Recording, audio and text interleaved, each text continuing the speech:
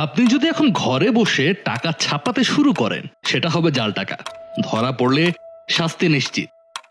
কিন্তু যদি সবাইকে টাকা ছাপানোর অধিকার দেওয়া হতো, তখন কি হতো? সবার হাতে কোটি কোটি টাকা, কিন্তু সেই টাকার আর কোনো মূল্য থাকতো না। আসলে মুদ্রার মূল্য এর বিরলতা ও বিশ্বাসের উপর নির্ভরশীল। যদি প্রচুর টাকা হঠাৎ বাজারে এসে যায়, পণ্যের দাম আকাশচুম্বী হয়ে টাকা নিজের মান হারায়। তবে টাকা ছাপানো কিন্তু বৈধ, মাত্র একটি প্রতিষ্ঠানের জন্য। বিশ্বের প্রায় প্রতিটি দেশের কেন্দ্রীয় ব্যাংকের হাতে এই ক্ষমতা রয়েছে। তারা চাইলে অর্থনীতি অনুযায়ী নতুন টাকা তৈরি করে বাজারে ছাড়তে পারে। সাধারণ মানুষ হিসেবে আমাদের মনে হয় সরকারের এই ব্যবস্থা নিশ্চয়ই সুচিন্তিত ও নিয়ন্ত্রিত, কিন্তু বাস্তবে এই ফিয়াট অর্থ ব্যবস্থা নানা লুকানো জটিলতা ও ত্রুটিতে ভরা, যা আপনার আমার জীবনে গভীর প্রভাব ফেলে। ধরুন, আপনি ব্যাংক থেকে 1 লাখ টাকা ঋণ নিলেন। ভাবতে পারেন এই টাকা নিশ্চয়ই অন্য কারো জমা রাখা টাকা থেকেই দেওয়া হলো। বাস্তবে ব্যাপারটা এত সহজ নয়। ব্যাংক কম্পিউটারে শুধুমাত্র একটি সংখ্যা লিখেই সেই টাকা তৈরি করে। ব্যাংকের কাছে জমা আছে 10 টাকা, ব্যাংক সেই 10 টাকার বিপরীতে আরো 100 টাকা ঋণ হিসেবে বানিয়ে ফেলতে পারে। অর্থনীতির ভাষায় একে বলা হয় ফ্র্যাকশনাল রিজার্ভ ব্যাংকিং।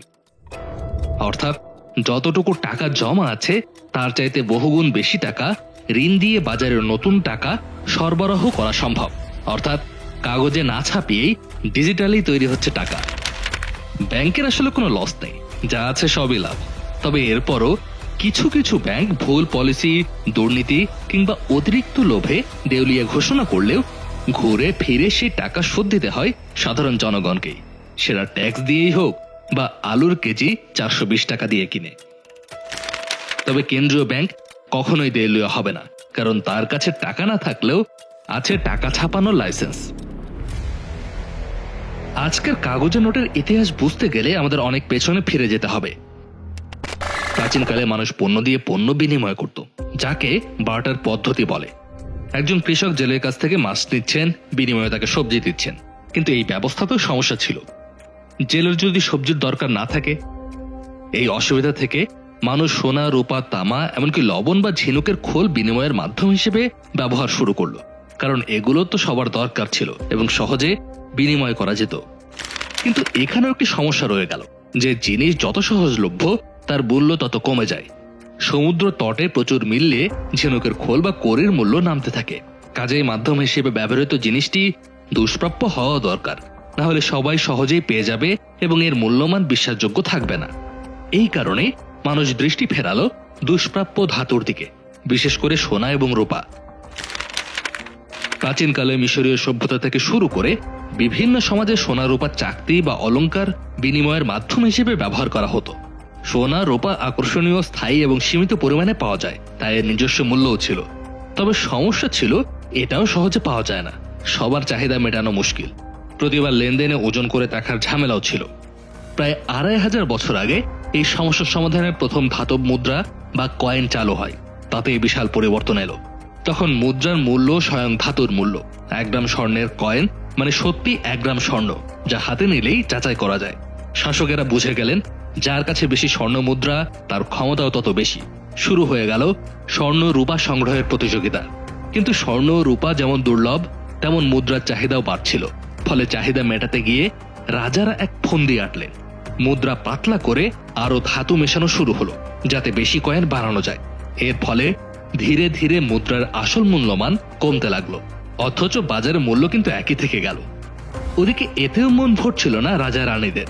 অনেক ওজনের কারণে একসাথে অনেক মুদ্রা বহন করাও ছিল ঝামেলা। তখন উদ্ভব হলো কাগজের সার্টিফিকেট বা প্রাপ্তি স্বীকার পত্র, প্রাচীন IOU বলতে পারে।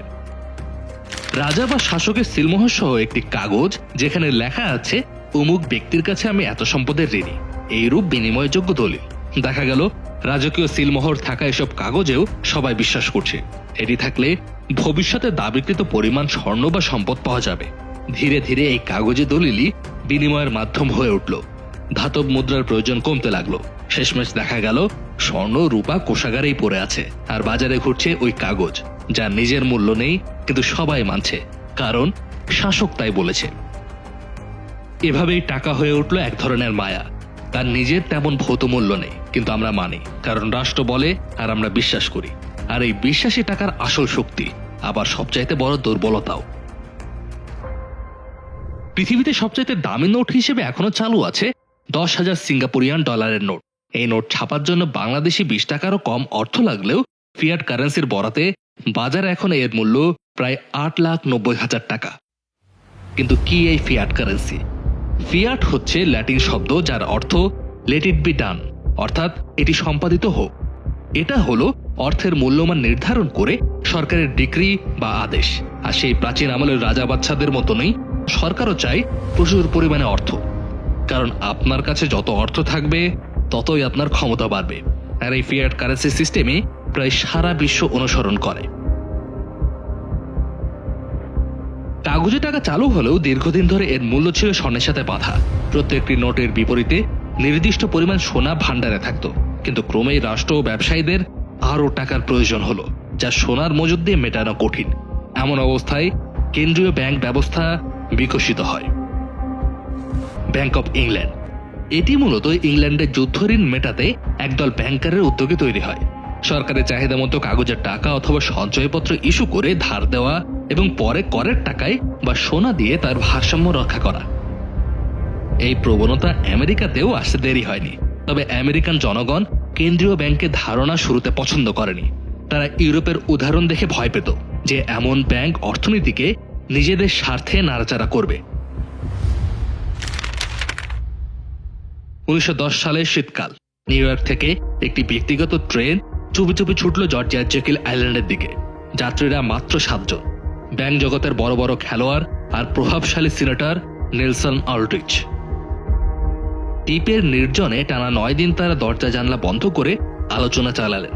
পরে জানা গেল সেখানেই লেখা হয়েছিল যুক্তরাষ্ট্রের ভবিষ্যৎ কেন্দ্রীয় ব্যাংক ব্যবস্থার খসড়া।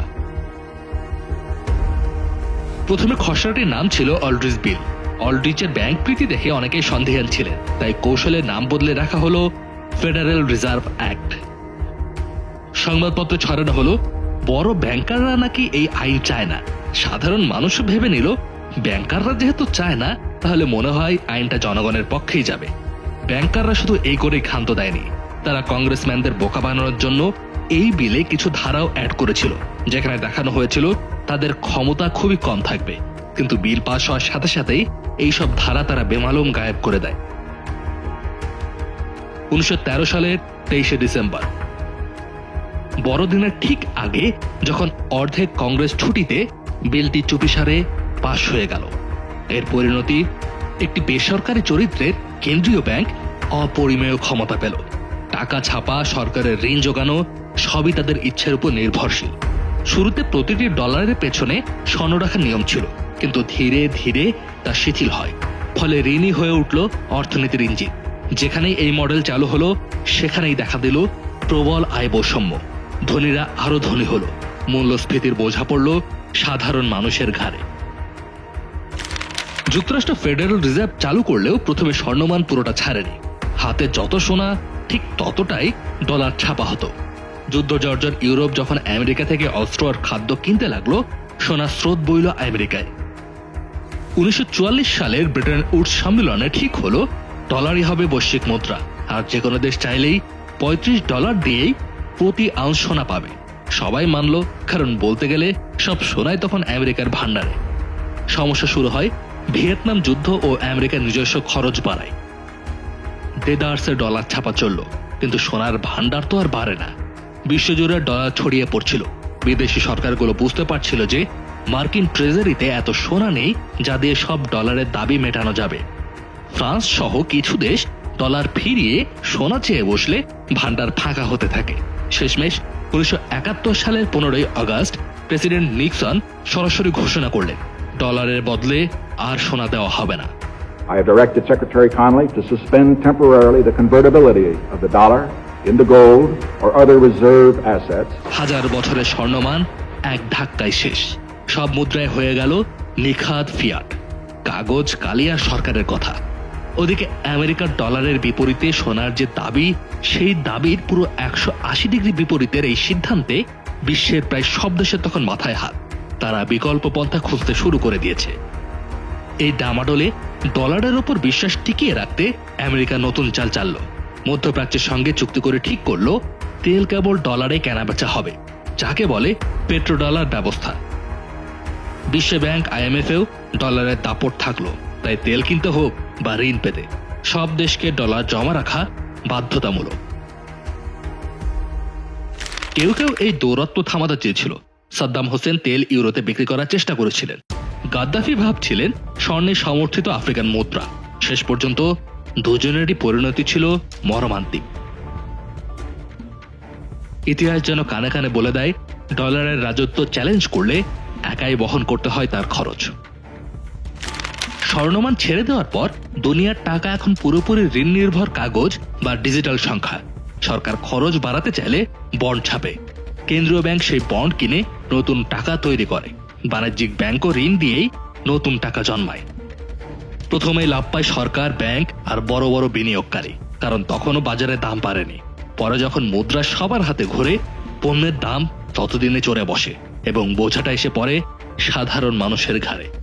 ক্যান্টিলন এফেক্টের এই খেলায় ধনীরা আরো ধনী হয়, সঞ্চয়শীল মধ্যবিত্তের পকেট হালকা হতে থাকে। যুক্তরাষ্ট্রের দেনার গল্পই উদাহরণ। 1981-তে জাতীয় ঋণ ছিল প্রায় $1 ট্রিলিয়ন। এই প্রতিবেদন লেখার সময় আজ তা প্রায় $37 ট্রিলিয়ন। জিডিপি আর ঋণের রেশিও 124, অর্থাৎ দেশের জিডিপি 100 টাকা হলে খরচ 124 টাকা। এত গেল জাতীয় ঋণ। আমেরিকার মোট ঋণ এখন $105 ট্রিলিয়ন বেশি। প্রতি সেকেন্ডে এই ঋণ বাড়ছে আগুনের গতিতে। শুধু ছাপাখানা ঘুরলেই কাজ চলে, কারণ ডলার বিশ্বজুড়ে সবারই রিজার্ভ মুদ্রা। অন্য দেশ থেকে পণ্য কিনে আমেরিকা কার্যত কাগজের টুকরো পাঠায়, আর সেই ডলার ধরে রাখতে বাকিরা মাথা খুঁজে পায় না। বাণিজ্য, জ্বালানি, ঋণ সবখানেই তো সেটির দরকার। দুর্বল অর্থনীতির দেশগুলো হার মানে এই খেলায়। 2021 সালে শ্রীলঙ্কায় এই রেশিও ছিল 119%। আমেরিকার চাইতে এই রেশিও কম হলেও ধসে পড়েছিল শ্রীলঙ্কার অর্থনীতি। তারা তো চাইলে ডলার ছাপতে আর পারে না। বিপরীতে আমেরিকা আরো ডলার তৈরি করে পরিস্থিতি সামাল দিচ্ছে, আর সেই অতিরিক্ত ডলারের কারণে বিশ্ববাজারে পণ্যের দাম বাড়ছে। বাকি দেশগুলোর মুদ্রাস্ফীতি যেন ইম্পোর্টেড। আমেরিকা সবচেয়ে বেশি কোন পণ্য রপ্তানি করে এই প্রশ্নের সম্মুখীন হলে অনেকেই বলবে গাড়ি, মোবাইল, টেকনোলজি বা অস্ত্রের কথা। কিন্তু আসলে আমেরিকা সবচেয়ে বেশি রপ্তানি করে ঋণ। তাদের দেশের ঋণ রপ্তানি করে দেয় বাইরের দেশে, আর সেই ঋণের বোঝা টানতে হচ্ছে প্রায় সমস্ত দুনিয়াকে। কিন্তু কথা হলো, তাহলে সবাই ডলার ছেড়ে নতুন ব্যবস্থা আনে না কেন? প্রথম কারণ, পরস্পরের ওপর ভরসা কম। নিজের টাকা অন্য কেউ নেবে কিভাবে? 2, আন্তর্জাতিক লেনদেনের সুইফট নেটওয়ার্ক ও বিশ্বব্যাংক IMF সবই পশ্চিমাদের নিয়ন্ত্রিত। 3, ডলার ঘিরে নিষেধাজ্ঞার ভয়।